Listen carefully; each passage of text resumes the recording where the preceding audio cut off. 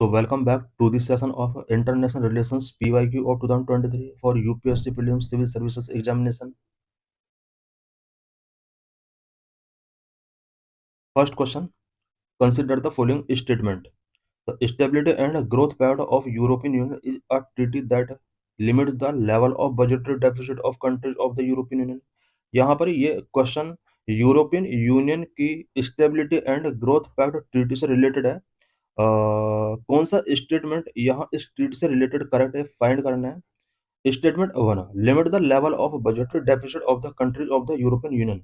European Union की countries में budgetary deficit level को लिमिट करना इसका मेन ऑब्जेक्टिव है। Yes, this statement is correct. Statement 2, make the countries of European Union to share their infrastructure facilities. This is wrong.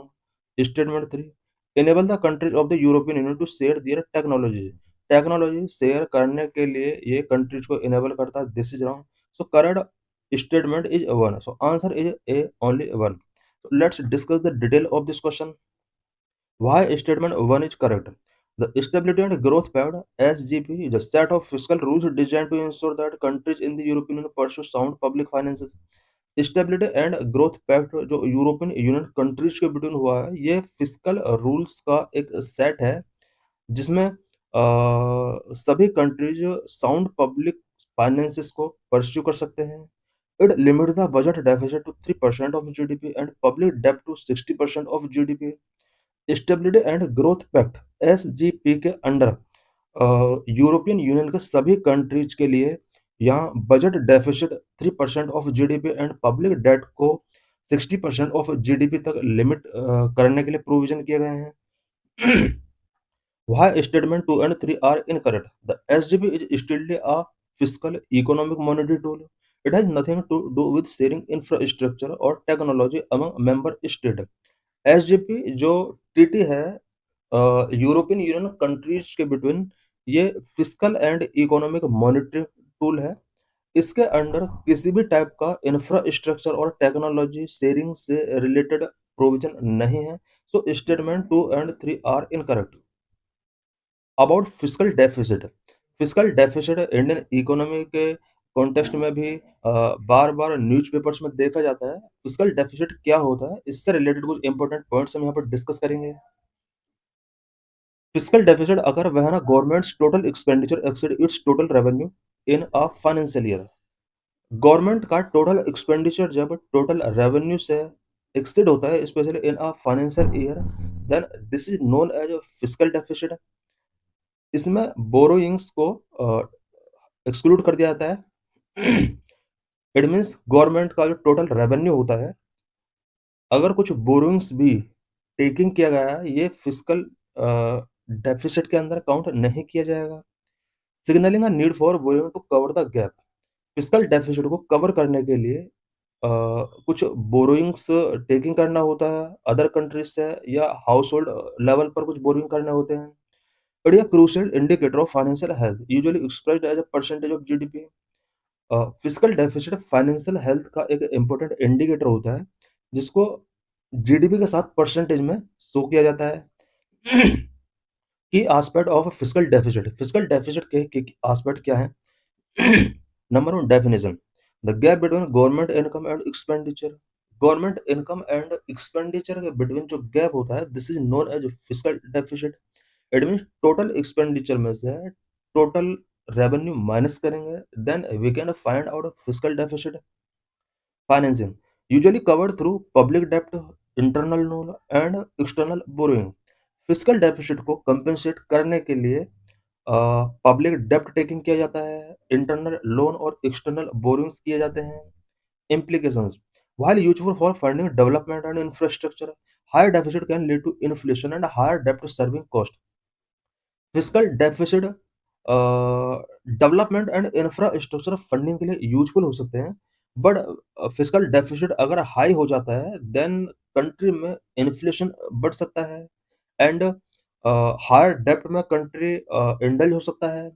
Trends in India, financial year 26, the fiscal deficit is expected to remain within the 4.4% of GDP, as announced in the budget and maintained in a revised estimate. 2026 financial year के लिए India में fiscal deficit 4.4% of GDP expect किया गया है। Management government manage it by increasing tax revenue, enhancing tax compliance और reducing non essential expenditure. Government fiscal deficit को tax revenue increase करके and tax compliance enhance करके non essential expenditure को reduce करके manage कर सकती है। Impacts of a high fiscal deficit अगर किसी कंट्री का हाई होता है देन इसके क्या-क्या इम्पैक्ट हो सकते हैं। Number 1, inflationary pressure. Excessive spending can increase money supply, rising prices. Excessive spending अगर गवर्नमेंट के द्वारा किए जाएंगे इससे मनी सप्लाई बढ़ सकता है और इसके थ्रू प्राइस राइज हो सकते हैं। डेब्ट trap, high reliance on boring means more revenue is spent on interest payment, reducing funds for developmental project. Borrowings पर रिलायंस अगर हाई होगा किसी भी कंट्री का, इसका मीनिंग ये हुआ कि इंटरेस्ट पेमेंट हाई लेवल पर किया जा रहा है और डेवलपमेंटल प्रोजेक्ट के लिए फंड रिड्यूस होते हैं। Crowding out, high government borrowing can consume available capital, leading less for private investment and causing high interest rate. Question number 2 is related to global conflicts and regions in news. Consider the following pairs. यहाँ कुछ pairs given है and कौन सा pair correct है ये find करना है। Reason after mention in news, यहाँ पर लेफ्ट साइड में कुछ रीजन है जो कि न्यूज में रहे थे। बिकॉज ये 2023 का पेपर है, इस क्वेश्चन का बहुत ज़्यादा रेलेवेंस तो नहीं है बट ये हम एक्सपेक्ट कर सकते हैं कि किस टाइप के क्वेश्चंस आने वाले कुछ ईयर्स में आने वाले हैं यूपीएससी के अंदर। राइट साइड में reason for being in news, news में रहने का क्या रीजन है किसी भी रीजन के। First pair north Kivu and Ituri, war between Armenia and Azerbaijan. This pair is wrong. Nagorno-Karabakh, insurgent in Mozambique. This is also wrong. Kherson and Zaporizhzhia, dispute between Israel and Lebanon. Correct answer is D. None इसमें से कोई भी pair correct नहीं है. So let's discuss the detail of this question. North Kivu and Ituri are regions in the DRC known for internal conflict and the Ebola outbreak.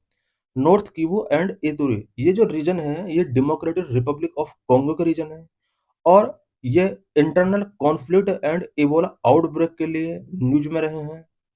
Nagorno Karabakh is the site of long standing conflict between Armenia and Azerbaijan. Nagorno Karabakh जो region है ये Armenia and Azerbaijan के between long standing conflict के कुछ site रहे हैं। Kherson and Zaporizhzhia are region in Ukraine that become central to the Russia-Ukraine war. Kherson and Zaporizhzhia ये Ukraine के कुछ रीजन हैं जो कि रशिया यूक्रेन वॉर में एक सेंट्रल रहे हैं। Question number 3 is related to G20 grouping. Consider the following statement about G20। G20 से रिलेटेड यहाँ पर कुछ स्टेटमेंट गिवन है, स्पेशली 2 स्टेटमेंट गिवन है। कौन सा स्टेटमेंट करेक्ट है फाइंड करना है। Statement 1, the G20 group was originally established as a platform for finance ministers and central bank governors to discuss international economic and financial issues. Originally G20 जो establish किया गया था वो finance ministers and central bank governors के लिए platform के तौर पर इसको इस्टेब्लिश किया गया था so that international economic and financial issues को डिस्कस किया जा सके। This statement is correct. Statement 2. Digital public infrastructure is one of India's G20 priorities. Digital public infrastructure ये G20 का ही priority रहा है. This statement is also correct. So correct answer is C. Both 1 and 2 इसके correct हैं. So let's discuss the detail of this question. Why statement 1 is correct? The G20 was formed in 1999 following the Asian financial crisis as a forum for finance minister and central bank governors. G20 1999 में Asian financial crisis के बाद finance ministers and central bank governors के एक forum के तौर पर इसको establish किया गया था। It was only elevated to a leader level summit after the 2008 global finance crisis. 2008 में ग्लोबल फाइनेंशियल क्राइसिस आता है। इस ऑर्गेनाइजेशन को लीडर लेवल समिट के तौर पर एलिवेट किया जाता है। Why statement two is correct? During its presidency, India heavily promoted digital public infrastructure (DPI). like UPI, Aadhaar, and CoWIN as a model for global finance inclusion and governance. India ने जिस time पर G20 presidency किया, उस time पर India ने digital public infrastructure को promote किया। इसके under UPI, Aadhaar and Covid include किए जाते हैं as a model for global financial inclusion and governance. Global financial inclusion and governance के एक मॉडल के तौर पर इसको इनिशिएट किया गया। One future alliance was indeed propose to help developing nations build their own digital state like UPI, Aadhaar. सभी countries को कुछ डिजिटल स्टॉक्स बिल्ड करने के लिए, स्पेशली यूपीआई एंड आधार जैसे स्टॉक को बिल्ड करने के लिए वन फ्यूचर अलायंस भी इसके अंडर किया जाता है। ये डिटेल अबाउट G20। G20 से रिलेटेड यहाँ पर कुछ इंपॉर्टेंट पॉइंट्स हम डिस्कस करेंगे। G20 group of 20 is the premier inter governmental forum for international economic cooperation. G20 international economic cooperation के लिए एक प्रीमियर इंटर गवर्नमेंटल फोरम है। It represents around 80%, 85% of global GDP, over 75% of global trade, and two-thirds of world's population. Recent G20 summits. Recently G20 summit कहाँ कहाँ कब कब हुआ? 2026 का जो G20 समिट होने वाला है, यूएस के अंदर होने वाला है। 2025 का जो समिट हुआ है, वो जोहान्सबर्ग, साउथ अफ्रीका में हुआ। स्पेशली ये नवंबर मंथ में ही ज़्यादातर समिट होते हैं। 2024 का G20 summit Brazil, Rio de Janeiro में हुआ। 2023 का G20 समिट इंडिया में हुआ एंड उससे पहले इंडोनेशिया में हुआ था। Founded in 1999, focusing on trade, climate change, health and agriculture. Members about 19 countries इसके मेंबर्स हैं। The European Union, the African Union भी इसके मेंबर कंट्रीज हैं। It means 19 countries plus 2 union इसके मेंबर हैं। Member countries such as Argentina, Australia, Brazil, Canada, China, France, Germany, India, Indonesia, Italy, Japan, Mexico, Russia, Saudi Arabia, South Africa, South Korea, Turkey, UK, USA, European Union, African Union. 2026 presidency. The United States is hosting the 2026 G20 in Miami, focusing on economic growth, innovation and strengthening partnership.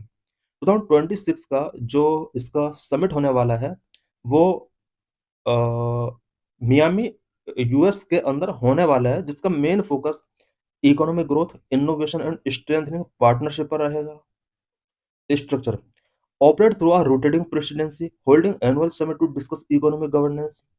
Economic governance को discuss करने के लिए G20 का yearly summit होता है and rotating base पर presidency countries को given किया जाता है। Purpose address major international economic issues having evolved from a finance focused firm in 1999 to a leader level summit body in 2008. The G20 engage with non-member guest countries and internal organizers to ensure broad international representation. Question number 4 is related to strategic alliance. Israel and Arab state. Consider the following statement. Two statement given है, कौन सा statement correct होगा ये find करना है।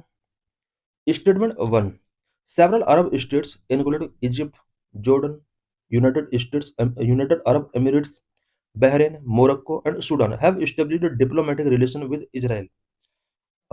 यहाँ पर ये जो स्टेटमेंट है, ये स्टेटमेंट करेक्ट है बिकॉज इजराइल के साथ इनमें से बहुत सारे कंट्रीज ने डिप्लोमेटिक रिलेशंस एस्टेब्लिश किए हैं। Statement 2, the Arab piece initiative modified by Saudi Arabia, mediated by Saudi Arabia, was endorsed by the Arab League but not signed by Israel. This statement is also correct because Arab piece initiative जो है वो Saudi Arabia के द्वारा mediate किया गया है, अरब league के द्वारा इसको एंडोर्स किया गया है, बट इसराइल के द्वारा इसको साइन नहीं किया गया है। Correct answer is B. Both statement 1 and 2 are correct, and statement 2 is not the correct explanation for statement 1. Why statement 1 is correct? Egypt and Jordan had older treaties, while UAE, Bahrain, Morocco, and Sudan established ties via the Abraham Accord 2020. Why statement 2 is correct? The Arab Peace Initiative offered normalization of a relation in exchange for a full Israel withdrawal from occupied territories. While endorsed by the Arab League, Israel has never formally accepted sign it.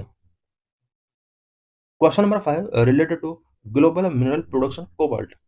About three-fourths of world's cobalt, a metal required for manufacturing of batteries for electric motor vehicle, is produced by. Correct answer is DRC, Democratic Republic of Congo. Because ये एक ऐसा place है जहां पर world में produce किए जाने वाले कोबाल्ट का 75% cobalt, it means three fourth cobalt यहाँ से प्रोड्यूस किया जाता है. So let's discuss the detail of this question.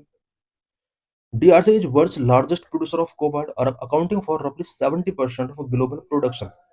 DRC world largest producer है कोबाल्ट का. 70% कोबाल्ट इसी प्लेस से प्रोडक्शन किया जाता है. This is a major IR issue due to green energy transition and China dominance in the supply chain within the DRC. Question number 6 related to G7 infrastructure initiative. Question consider the following statement. Two statement given है.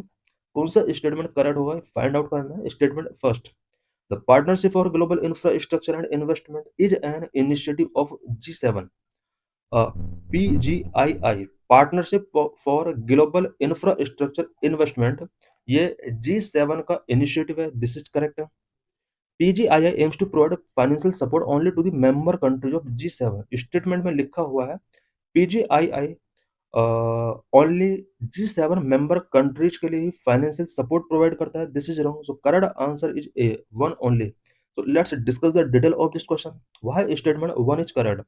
The PGII was officially launched during the G7 summit in 2022. Uh, Partnership for Global Infrastructure and Investment officially 2022 में G7 member countries के द्वारा launch किया गया था. It is seen as a western alternative to China's belt and road initiative. China का जो belt and road initiative है, इसके अल्टरनेटिव के तौर पर वेस्टर्न कंट्रीज ने इसको देखा. Why statement 2 is incorrect. The goal of PGII is to mobilize hundreds of billions of dollars for high quality, sustainable infrastructure in low and middle income countries to strengthen global supply chain. PGII का जो main goal रहा है वो middle and low and middle income countries में high quality sustainable infrastructure के लिए hundreds of billion of dollars mobilise करना है, so that global supply chain को स्ट्रेंथन किया जा सके. It is not just for G7 members. ये जो असिस्टेंस होगा ये सिर्फ G7 मेंबर कंट्रीज के लिए नहीं है, अदर कंट्रीज को भी फैसिलिटेट किया जा सकता है. What is partnership for global infrastructure and investment. PGII से रिलेटेड कुछ इंपॉर्टेंट पॉइंट्स हम यहाँ पर डिस्कस करेंगे. It is a G7 led initiative launched in 2022 to mobilize up to billion by 2027 for sustainable, high quality infrastructure in low and middle income countries. It serves as a strategic, transparent alternative to China's Belt and Road Initiative focusing on climate energy, digital connectivity, health systems, and gender equality. Objectives aims to address infrastructure gap in developing nations while supporting the economic and national security interest of G7 members. Funding or G7 countries, including the US, EU, and Japan, plan to mobilize billion in public and private investment by 2027. G7 के various member countries हैं जिनमें US, European union, Japan भी आता है. की priority areas investment focus on four main pillars. Four pillars पर investment किया जाएगा. Number 1 climate change and energy security पर फोकस किया जाएगा. नंबर 2 डिजिटल कनेक्टिविटी पर फोकस किया जाएगा. नंबर 3 हेल्थ सिस्टम्स पर फोकस किया जाएगा. Number 4 gender equity and equality पर फोकस किया जाएगा. मेजर प्रोजेक्ट्स PGII के मेजर प्रोजेक्ट्स क्या क्या रहे हैं. A flagship project is the IMEC, India Middle East Europe Economic Corridor, announced in 2023, which aims to connect these regions via rail, ship and data network. PGII का जो एक सबसे बड़ा प्रोजेक्ट रहा है वो IMEC, India middle east Europe economic corridor रहा है. 2023 में G20 समिट जो इंडिया में हुआ था, उस टाइम पर इसको अनाउंस किया गया था, सो दैट इन सभी कंट्रीज को via rail, ship and data network के थ्रू कनेक्ट किया जा सके. Other projects include the trans African corridor and various renewable energy project in Indonesia. इसके कुछ अदर प्रोजेक्ट जो रहे हैं such as trans African corridor and Indonesia में इसने वेरियस रिन्यूएबल एनर्जी प्रोजेक्ट अपने लॉन्च किए हुए हैं. Partnership framework PGII leverage the European Union's global gateway strategy and align with the Blue Dot network for setting global infrastructure standard. की detail about G7 G7 से related यहाँ पर कुछ important points हम डिस्कस करेंगे। इससे पहले हमने PGII के बारे में डिस्कस किया था। G7 is an influential group of informal influential form of G7 leading industrialized democracies। World के 7 लीडिंग इंडस्ट्रियलाइज्ड डेमोक्रेसीज का ये एक इनफॉर्मल एंड इन्फ्लुएंशियल फॉर्म है। Established in 1975, summits it hold annual summit objectives discuss global issues like economy, security, trade, and climate change. Members: Canada, France, Germany, Italy, Japan, UK, and United States. ज़्यादातर countries European countries हैं such as France, Germany, Italy, UK. Asia से only one country है and North America से two countries Canada and US हैं। Observer: the European Union participate in all discussions but does not host the summit. European Union all discussions में participate तो करता है but summit ये host नहीं करता है G7 का। Leadership: the presidency rooted annually among member state. सभी मेंबर स्टेट के बिटवीन प्रेसिडेंसी का रोटेशन होता है। Origins formed in 1975 in response to the 1973 oil crisis to manage the global economy. Influence: these nations represent around of the world's population and generate nearly of global GDP. Question number 7 is related to export of electricity, South Asia. Consider the following statement to statement given है. Which of the statement given above is are correct? Statement 1. India has a bilateral trade and energy transit agreement with all its neighboring countries। यहाँ पर all word आया हुआ है, 90% chance है कि ये statement wrong होगा। India export electricity to Bangladesh, Nepal and Bhutan। Statement 2 is correct। So let's discuss the detail of this question. Why statement 1 is incorrect? While India has various trade and transit agreement, it does not have a uniform trade and energy transit agreement with all neighboring, such as Pakistan and China के साथ इसके trade and energy transit agreement नहीं है। So statement 1 is incorrect. Why statement 2 is correct? India is a key energy partner in South Asia. It exports significant power to Bangladesh and Nepal and import hydropower from Bhutan while also exporting power to it during lean seasons. India Bangladesh and Nepal के लिए significant power export करता है, वहीं hydro power India Bhutan से import करता है and lean seasons में इसको भी पावर एक्सपोर्ट किया जाता है। Question number 8 related to regional conflict in West Africa. Consider the following pairs. Left में कंट्रीज गिवन है एंड राइट में न्यूज में रहने का इसका रीजन क्या है वो गिवन है। स्पेशली यहाँ पर 3 पेयर गिवन है। Pair 1 Chad setting up of permanent military base by China. Guinea suspension from African Union due to military को। Mali setting up of permanent military base by France. How many of the above pair are currently match? Currently match pair only 1 है। So let's discuss the detail of this question. Pair 1 is incorrect। Pair 1 incorrect है। While there were rumors, China has not officially set up a permanent base in Chad. It's only African base in Djibouti। यहाँ पर pair 1 में लिखा हुआ है कि जो Chad है setting up of a permanent military base by China. यहाँ पर चाइना ने अपना परमानेंट मिलिट्री बेस सेटिंग किया लिखा हुआ बट ऐसा नहीं है बिकॉज ऑफिशियली यहाँ पर कोई परमानेंट बेस उसने सेटअप नहीं किया है।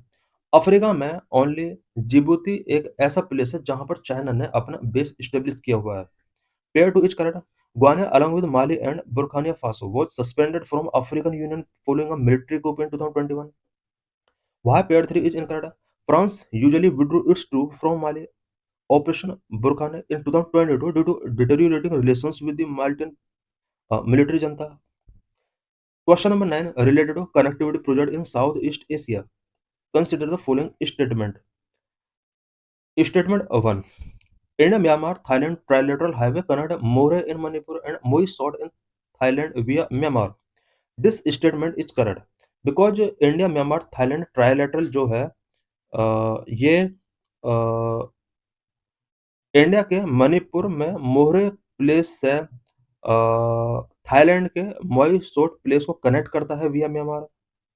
Statement 2, Bangladesh, China, India, Myanmar, BCIM economic corridor connect Varanasi in UP and with Kunming in China. This is wrong, because ये इंडिया में वाराणसी को कनेक्ट नहीं करता है, कैलकाटा को कनेक्ट करता है। So correct answer is a, only one statement इसका करेक्ट है। Why statement 1 is correct? The trilateral highway is a significant project under is India's Act East policy, connecting More, India to Mysore, Thailand. Trilateral highway India का act east policy का एक significant project है और India और Thailand को connect करता है Myanmar. Y statement 2 is incorrect? BCM corridor is intended to connect Kolkata, not Varanasi, with Kunming in China passing through Myanmar and Bangladesh. Question number 10 is related to international agreement and convention. Consider the following pairs. Pairs यहाँ पर given है, left side में agreement and convention है, right side में subject है। Pair 1, Alma Ata declaration, health care for people से related था, this is right. Hague convention, biological and chemical weapons, this is wrong. Talanoa dialogue, global climate change से related ये summit था। Correct answer is B, only 2 pairs इसके correct है। So let's discuss the detail of this question. वहां pair is 1 is correct. The Alma Ata declaration जो हुआ था 1978 में हुआ था, emerged from an IR conference and focus on primary health care for all. Alma Ata declaration जो हुआ था इसका मेन फोकस हेल्थ केयर पर ही था। वहां pair 2 is incorrect. The Hague convention primarily deal with the law of war and the protection of civilians cultural property during armed conflict. Hague convention का बहुत ही बड़ा इंपॉर्टेंस है, बिकॉज कोई भी आर्म्ड कॉन्फ्लिक्ट होते हैं कंट्रीज के बिटवीन, उन आर्म कॉन्फ्लिक्ट में वॉर से रिलेटेड लॉ, सिविलियन के प्रोटेक्शन, कल्चरल प्रॉपर्टी का प्रोटेक्शन से रिलेटेड इस कॉन्वेंशन के अंडर कुछ प्रोविजन किए गए। The specific convention for biological weapons is in BWC। वहां pair 3 is correct. The Talanoa dialogue was launched at COP23 UN climate change conference to help countries implement their nationally determined contribution। Question number 11 is related to, यहाँ पर कुछ regions दिए हुए हैं left में, कौन सा रीजन किस कंट्री के अंदर, ये फाइंड आउट करना है। यहाँ पर देख सकते हैं कि Donbas Syria, काचिन Ethiopia, Tigray north Yemen, कौन कौन सा पेयर करेक्ट है ये फाइंड करना है। अगर फर्स्ट पेयर की बात की जाए तो डोनबास जो है वो सीरिया में नहीं है, मेनली ये यूक्रेन में पड़ता है। रसिया यूक्रेन कॉन्फ्लिक्ट का ये सेंटर पॉइंट रहा है। कचिन इथोपिया लिखा हुआ है। कचिन ये म्यांमार में एक स्टेट है। तो pair second is also correct. Pair 3 Tigray north Yemen में लिखा हुआ है। टिग्रे इथोपिया का एक इंपॉर्टेंट रीजन है जो कि सिविल वॉर से रिलेटेड एक इंपॉर्टेंट साइट रही है। Next question, African continent and geographical politics से रिलेटेड है question. Consider the following statement, यहाँ स्टेटमेंट गिवन है, कौन सा स्टेटमेंट करेक्ट होगा ये फाइंड करना है। In DRC, Democratic Republic of Congo, the insurgency is mainly in eastern part. This is right because DRC का जो ईस्टर्न पार्ट है इंसर्जेंसी वही है ज्यादातर। Second statement, in the Sudan the conflict is mainly between the Sudanese armed forces and the rapid support forces RSF। This statement is also correct. वहां statement 1 is correct. देख सकते हैं पहले Sudan और यहाँ पर DRC गिवन है। DRC जो है वो अफ्रीका के अबाउट मिडिल में है, सूडान नॉर्थ ईस्ट में है। Eastern DRC has been plowed by dozens of armed groups like M23 for decades. Statement 2 is correct. The 2023 conflict in Sudan is a power struggle between the National Army and the paramilitary RSF. Question number 13 related to Global Compact on Migration. Consider the following statement. Two statements given है.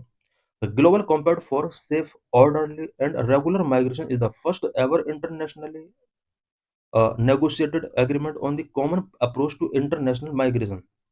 International migration से related ये पहला summit रहा है, global compact for safe orderly and regular migration. This statement is correct. Second statement, the global compact for migration is a legally binding agreement under the UN। UN के अंदर ये एक legally binding agreement है, ऐसा लिखा हुआ है but ऐसा नहीं है। So statement is incorrect. So correct answer is A, only one. So let's discuss the detail of this question. Why statement one is correct? Global Compact on Migration was adopted in 2018 as a comprehensive framework. 2018 में इस compact को adopt किया गया था. मार्च compact agreement रहा है. Why statement is incorrect? The GCM is not legally binding. It respect national sovereignty and provide a non-binding cooperative framework. Question number 14. Consider the following pairs. Left में कुछ regions given है and right में कौन सा reason किस country के अंदर है फाइंड करना है. Anatolia Turkey, Amhara Ethiopia, Cabo Delgado Spain. Correct जो पेयर है इसमें ओनली टू ही है. फर्स्ट पेयर देखते हैं. एंटोलिया जो है वो करेक्ट है, वो टर्की में ही पड़ता है. Also known as the Asia Minor. It makes up the majority of modern day Turkish. It is strategically located between the Black Sea and Mediterranean Sea. Anatolia जो है वो मॉडर्न डे टर्की में पड़ता है. स्पेशली टर्की का जो majority part है आज इसके थ्रू ही कवर्ड है एंड स्ट्रेटेजिकली इंपॉर्टेंट रहा है और ये ब्लैक सी एंड मेडिटेरियन सी के बिटवीन पड़ता है. अम्हारा. अम्हारा से रिलेटेड जो पेयर है ये करेक्ट है, इथोपिया में ही है. Original state in Ethiopia. It has been in the news due to the spill over of the Tigray conflict and internal ethnic tensions. Cabo Delgado ये इनकरेक्ट पेयर है. This is the northern most province of Mozambique.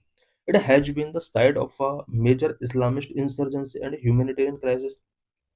Question number 15. Navigation system से related है. Consider the following pairs. Pair से related है. Left side में navigating system दिए हैं and right side में कंट्री दिए हुए हैं. जीपीएस किसका है? यूएसए. दिस इज करेक्ट है. ग्लोनास किसका है? रसिया का है. दिस इज करेक्ट है. गैलीलियो किसका है? यूरोपियन यूनियन का है. दिस इज करेक्ट है. एंड बॉयडो किसका है? चाइना का है, बट यहाँ जापान लिखा हुआ. This is wrong. How many of the above pairs are correctly match? Correct answer is C, only 3 pair इसके करेक्टली मैच हैं. So let's discuss the detail about this pairs. GPS, GLONASS and Galileo are correctly match to the USA. GPS USA के साथ है, GLONASS रसिया के साथ है, Galileo European Union के साथ है. बेडू जो है this is the satellite navigation system of China. China का सैटेलाइट नेविगेशन सिस्टम है. Japan regional system is called QZSS, quasi zenith satellite system. ये जापान का सैटेलाइट सिस्टम है. Question number 16 related to resource diplomacy uranium. Question. Consider the following statement. Kazakhstan has the world's largest deposit of uranium. यहाँ पर लिखा हुआ है कि world का लार्जेस्ट डिपॉजिट जो होता है वो कजाकिस्तान में है. बट लार्जेस्ट डिपॉजिट की अगर बात की जाए तो ये कजाकिस्तान में नहीं, ऑस्ट्रेलिया में है. कजाकिस्तान जो है ओनली प्रोडक्शन सबसे ज़्यादा करता है. Statement second. In India most of the uranium is imported from Kazakhstan.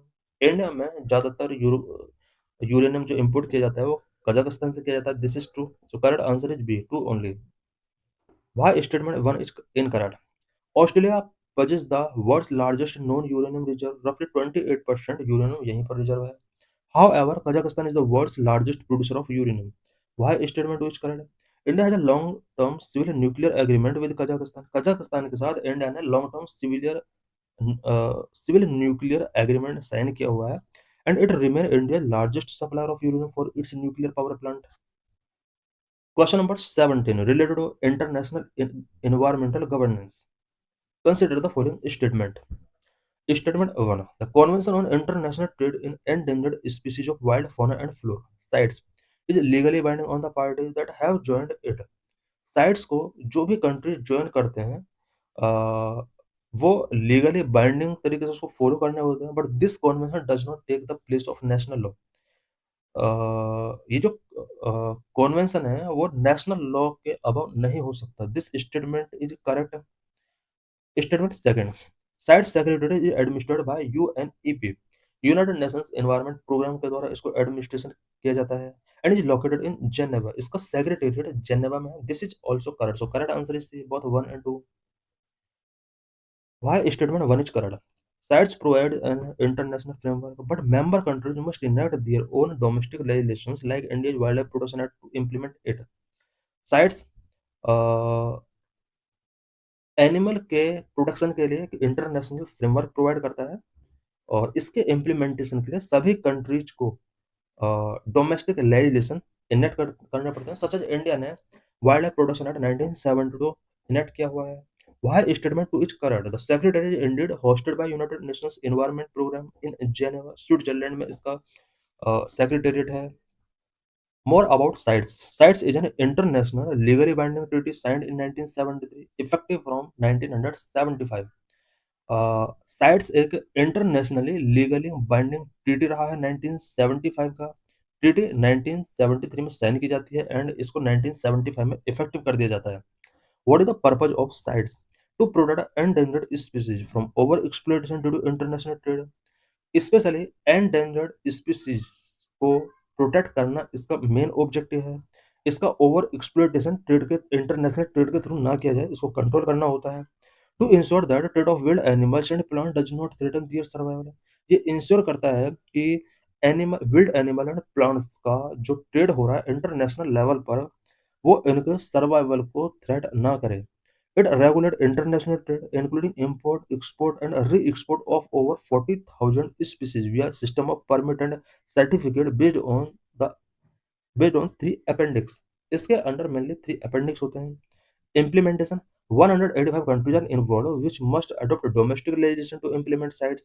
Management and enforcement: party designate management and scientific authorities to monitor trade. Scope: cover live animal, plant, and product like timber, leather, food, and medicine. Convention is administered by Secretariat hosted by United Nations Environment Program UNEP. Appendix of CITES. CITES की mainly three appendix होती हैं और किस appendix के अंदर किस animal plant को place किया जाता है। Appendix 1: species threatened with extinction, international trade is generally prohibited. कुछ ऐसी स्पीसीज होती हैं जो जिनके लिए एक्सटिंक्शन एंड इंटरनेशनल ट्रेड से रिलेटेड थ्रेटन्ड है।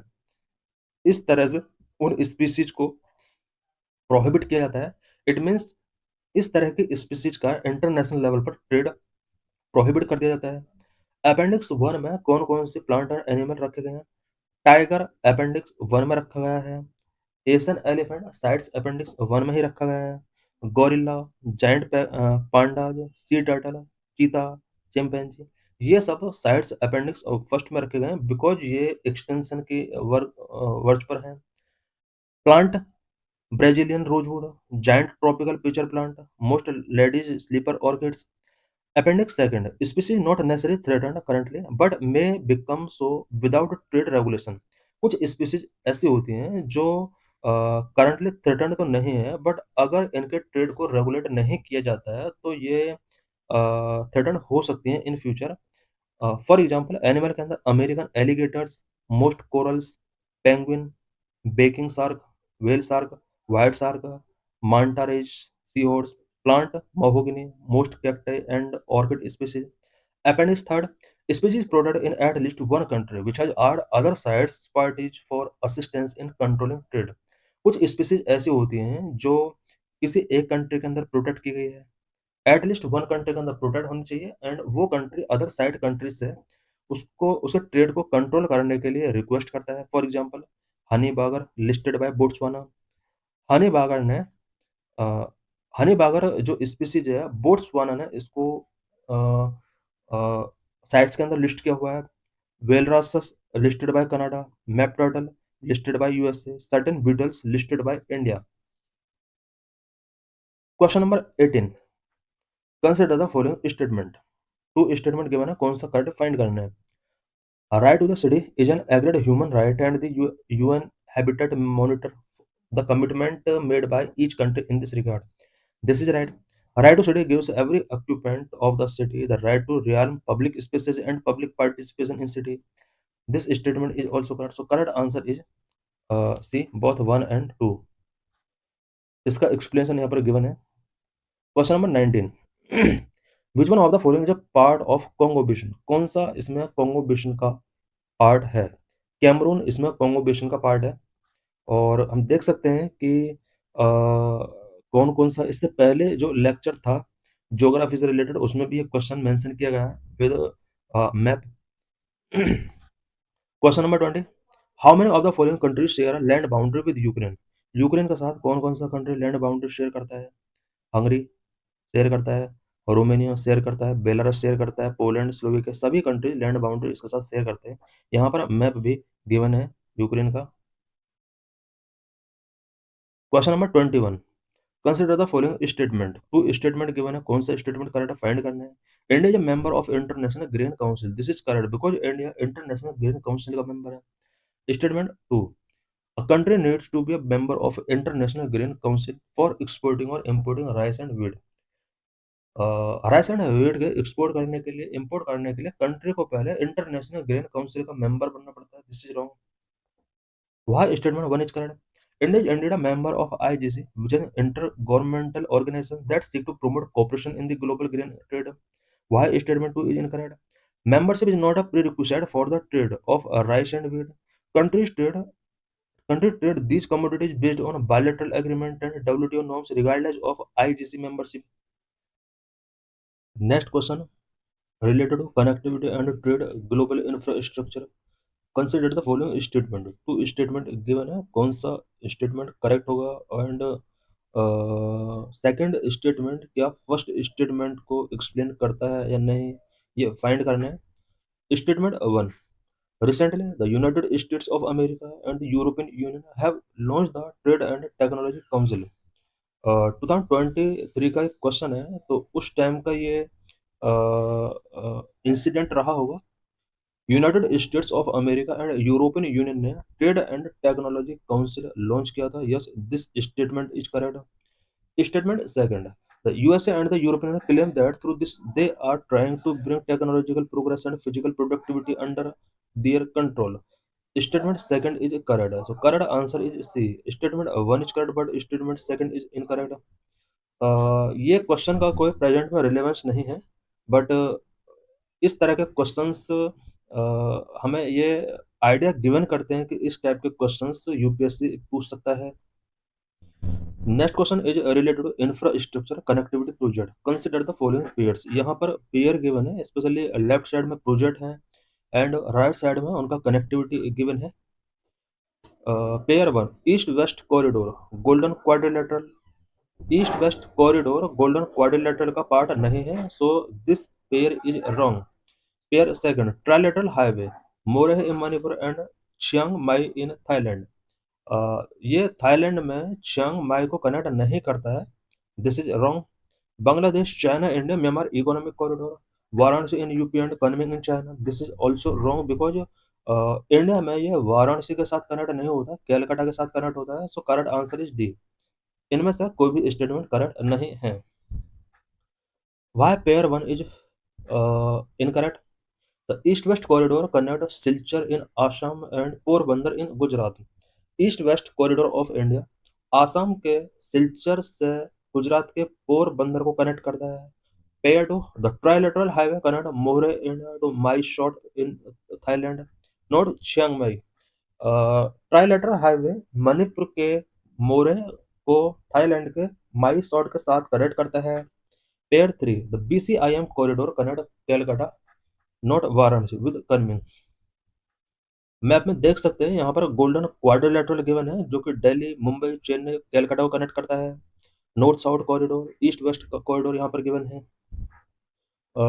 India Myanmar Thailand trilateral highway and ये BCIM कॉरिडोर है। Question number 24, international law territorial waters से रिलेटेड है। With reference to United Nations Convention on Law of Sea, consider the following statement. UNCLOS से related question है। Statement one, a coastal state has the right to establish the breadth of its territorial sea up to a limit not exceeding 12 nautical miles। कोई भी coastal state अपना उसको जो territorial सी का जो right है वो 12 नॉटिकल माइल्स होता है। This is right. और वहां पर वो अपना ब्रेथ इस्टेब्लिश कर सकता है। 12 नॉटिकल माइल्स तक हर किसी कंट्री को ओशन में या सी के अंदर सोवरेन राइट मिला होता है। So statement one is correct. Statement two, ships of all state enjoy the right of peaceful passage through the territorial sea. Territorial sea के अंदर है सभी स्टेट के सिर्फ पीसफुल तरीके से गो थ्रू कर सकते हैं। This is also right. Exclusive economic zone shall not extend beyond 1200 nautical miles from the baseline. This statement is also true. Exclusive economic zone जो होता है वो 1200 नॉटिकल माइल्स के बाद नहीं होता है।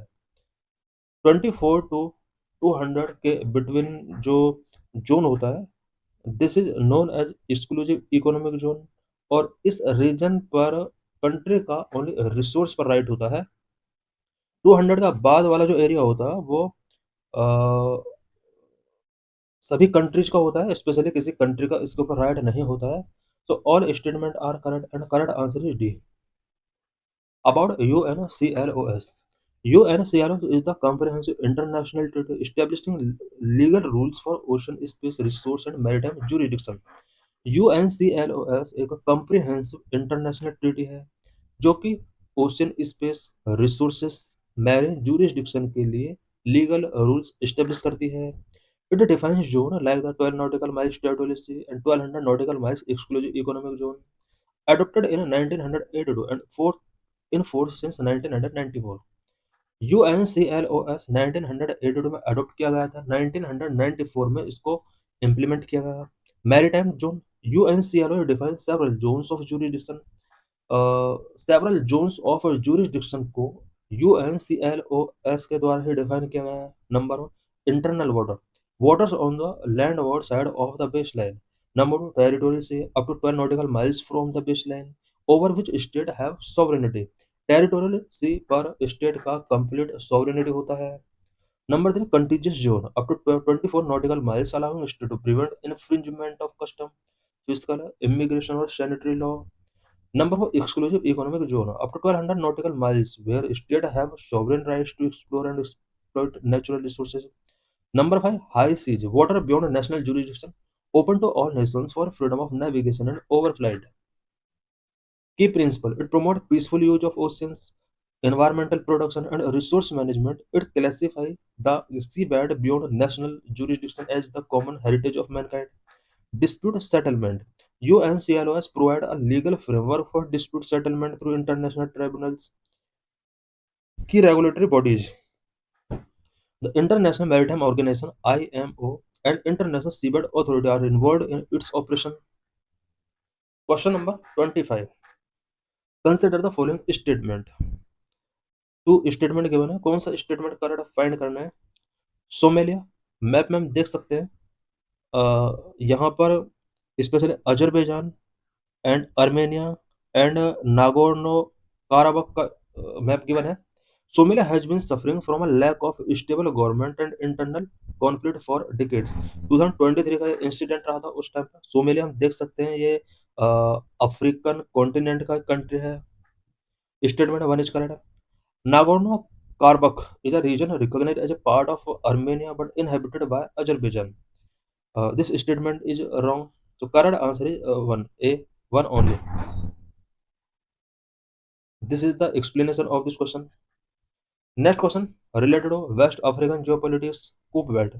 In the recent years, Chad, Guinea, Mali, and Sudan caught international attention for which one of the following region common to all of them। Successful coup इन सभी कंट्रीज के अंदर हुआ। So correct answer is D. यहाँ पर हम देख सकते हैं कि मैप में सभी कंट्रीज दिए हुए हैं।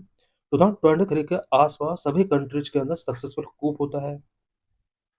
Next question is related to global biodiversity framework. Consider the following statement.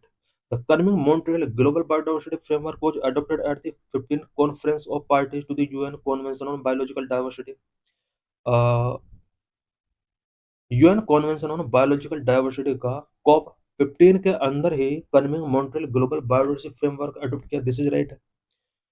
The 30 into 30 goal aims to ensure that at least 30% of the world's land and ocean are protected by 2030। Kunming Montreal global biodiversity framework के अंदर ही 30 × 30 goal set किया गया।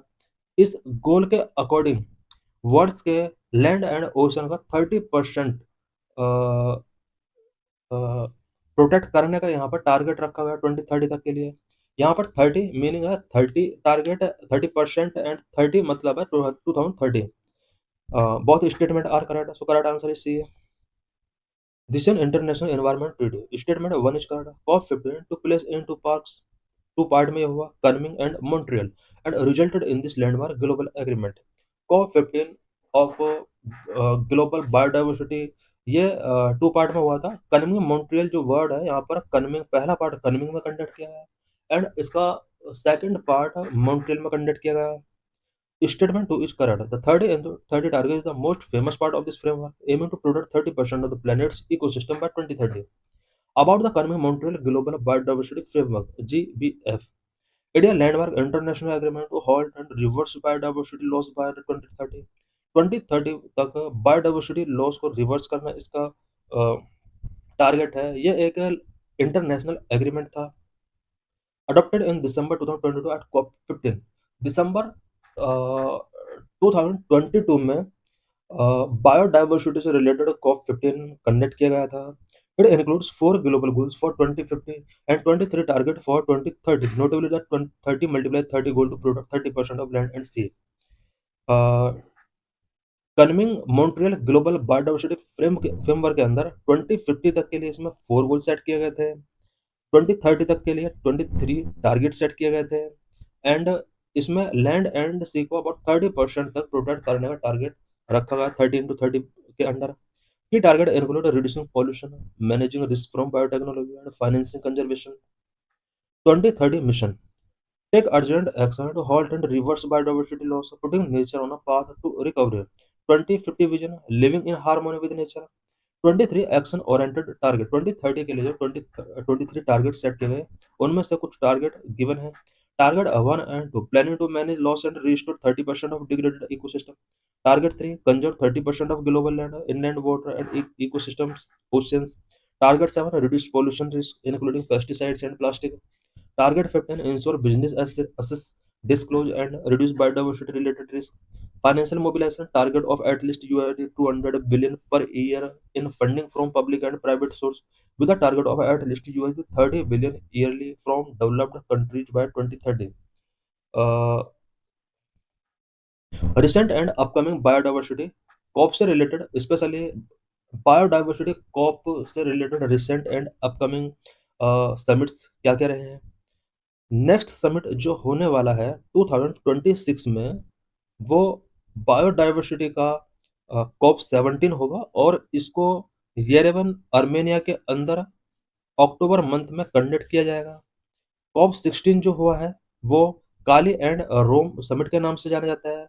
इसका first phase जो हुआ था वो 2024 में हुआ था एंड सेकंड फेज जो हुआ था वो इटली रोम में हुआ था फरवरी 2025 में. COP15 जो हुआ है वो मॉन्ट्रियल समिट रहा है 2022 में जो हुआ है. लोकेशन मॉन्ट्रियल जो पड़ता है वो कनाडा में पड़ता है. चाइना ने इसको चेयर किया था. Next question consider the following statement. यहाँ पर टू स्टेटमेंट है. कौन सा स्टेटमेंट करेक्ट फाइंड कर रहे हैं. The international space station is a joint project of 5 space agencies. NASA of USA, Roscosmos of Russia, JAXA of Japan, ESA of Europe, CSA of Canada. This statement is correct because international space station जो बनाया गया है वो 5 space agencies के combination के द्वारा बनाया गया है.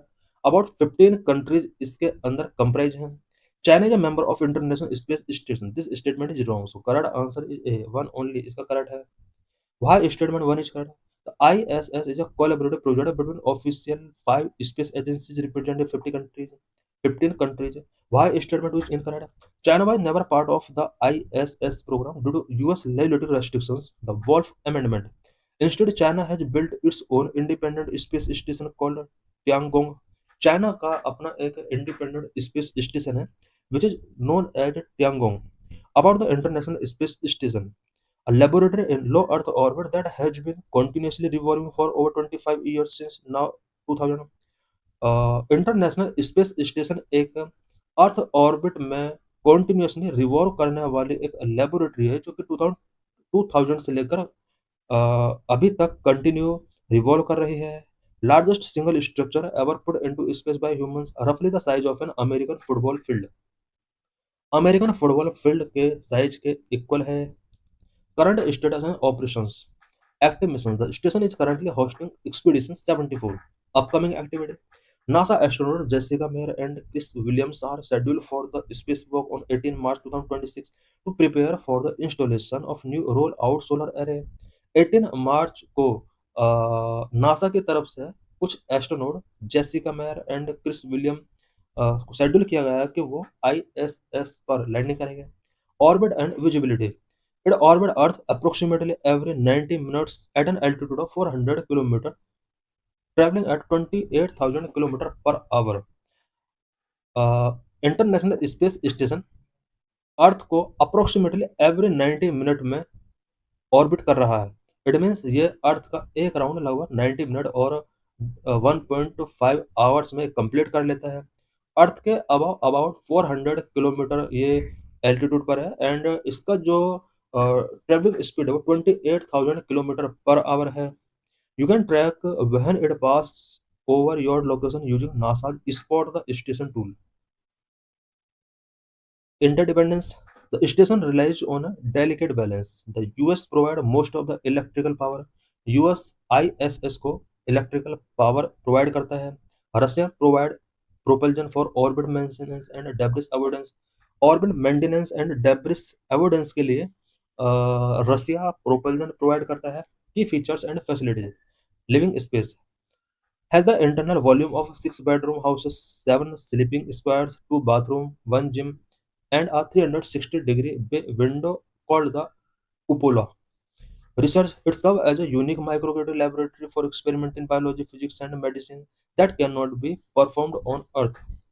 Robotics key external tools include the Canadarm2 used for berthing cargo ships and moving astronaut. Future outlook क्या है ISS के? Operational extension. NASA, CSA, JAXA, and ESA have committed to operating the station until 2030, while Russia has committed through 2028. Deorbiting. After 2030, the station is planned to be safely deorbited and crashed into the ocean using a specialized US deorbit vehicle being developed by SpaceX. Next question related to international renewable energy. Consider the following statement. Two statement given है कौन सा statement correct होगा find करना है। Statement 1. The Global Green Hydrogen Alliance was launched at a COP26 in Glasgow. Global Green Hydrogen Alliance COP26 Glasgow में launch किया गया था। This is wrong. International Solar Alliance was launched by India and France at the 2015 climate change conference Paris. This statement is correct. So correct answer is B 2 only. Why statement 1 is incorrect? There is not a single global green hydrogen alliance launched at COP26. COP26 के अंदर कोई global green hydrogen alliance type का mission launch नहीं किया गया। However, several initiatives like the Green Hydrogen Catapult exist. Green Hydrogen Catapult launch किया गया था। This was a trick statement. Why statement 2 is correct? International Solar Alliance is a major Indian diplomatic achievement launched jointly with France and COP21 in Paris. About COP26, the Conference of Parties 26 was a major United Nations climate change summit held in Glasgow, Scotland. COP26 जो हुआ है वो United Nations climate change से related एक summit है जो कि Scotland UK Glasgow में हुआ। 31 अक्टूबर टू 30 नवंबर 2021 में हुआ था। Hosted by UK in partnership with Italy. Italy के पार्टनरशिप में कॉप 26 को यूके के द्वारा होस्ट किया गया था बिकॉज ये यूके में ही हुआ था और यूके ने ही इसको होस्ट किया था। इंडिया ने भी वेरियस टारगेट इसके अंडर सेट किए। It brought together nearly 200 countries to accelerate action toward the goal of Paris Agreement. Most recent summit, COP climate summit से रिलेटेड रिसेंट कॉन्फ्रेंस क्या क्या रहे हैं। COP 31 will be held in Antalya Turkey. COP 31 जो इस year होने वाला है वो टर्की में होने वाला है। अभी देखिए 2026 चल रहा है। 2026 में अगर हम 5 ऐड करेंगे 31 आएगा। तो ये कॉप नंबर जो होगा वो ईयर के 5 ईयर पहले रहेगा स्पेशली इन्वायरमेंटल क्लाइमेट समिट से रिलेटेड। 2027 में जो कॉप होगा वो कॉप 32 होगा। कॉप 30 जो हुआ था वो 2025 यानी लास्ट ईयर में जो हुआ था वो ब्राजील में हुआ था। Adaptation scaling of funds to protect against worsening climate impact. COP 29 2024 में जो हुआ था ये अजरबैजान बाकू में हुआ था। 2023 वाला दुबई यूएई में हुआ था। 2022 वाला इजिप्ट शार्म ए शेख में हुआ था। Next question related to conflict zone mapping the Middle East. यहाँ पर कुछ पेयर गिवन है। Pair one, Levant region along the Eastern Mediterranean source. Yes, this pair is correct because जो लिवेंट है वो ईस्टर्न मेडिटेरियन रीजन में पड़ता है। Second, Sinai Peninsula Egypt. Yes, this pair is correct. Golan Height Lebanon, this is wrong, so correct answer is B. इस question से related यहाँ पर एक्सप्लेनेशन गिवन है। तो thanks for watching this video.